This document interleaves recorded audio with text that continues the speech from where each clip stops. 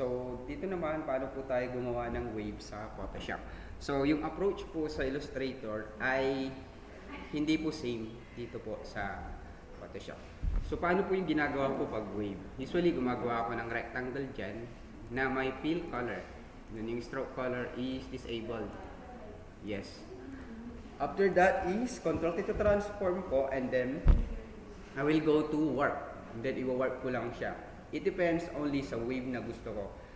Yes, pwede ko pong makontrol ito works na to. It depends po doon sa wave na gusto kong mangyari.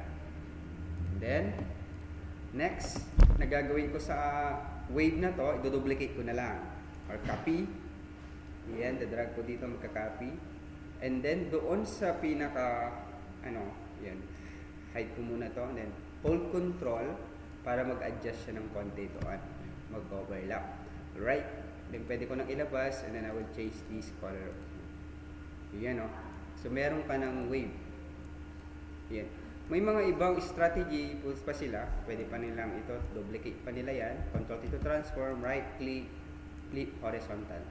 Yan. So tinransfer nila sa kabila. At the same time, dadrag lang nila dito sa ilalim. Sorry. Sa ilalim. Ayan. Ayan o. Then control to transform, ulit, ibaba lang natin ang yan. So may wave na siya, double wave na po yung nangyari dyan.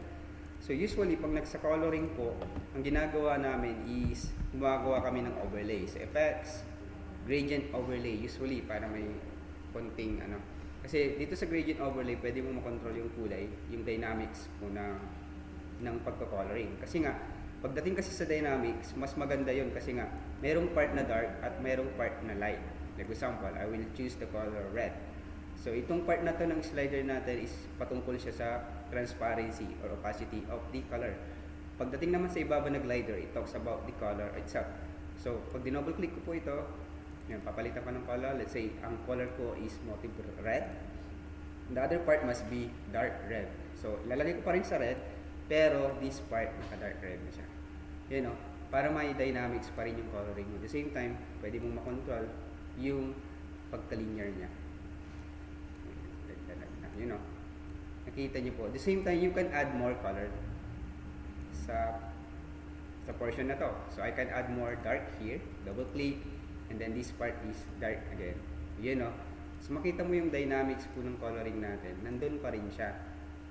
So may part na dark, may part na light. So hindi siya monotonous tignan. So kung gusto mo i-copy to sa other layer pa, like example this pink, kunin ko to, or kunin ko tong effects na to, hold out, drag, nakatapat yung cursor, then drag ko lang siya. So nakopy na po yung effects. At the same time, I can glide also the position or reposition the linear effects. Yeah. And this part also, gusto ko, syempre, contrast pa rin sa pinaka main color ko, which is sa rectangle na ito, na gray. Gradient overlay pa rin yung gagamitin ko. By this time, gusto ko yung aligning niya is yan. Gradient na black and white, you know. As you can see, maganda po yung yung combination na ito. Ayan.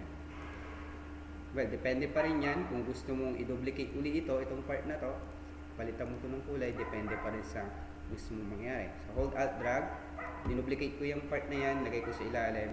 By this time, itong part na to, gusto ko mag-iba yung positioning ng gradient. Tingnan yung effects kung anong pwedeng mangyari sa kanya. Please observe, yan.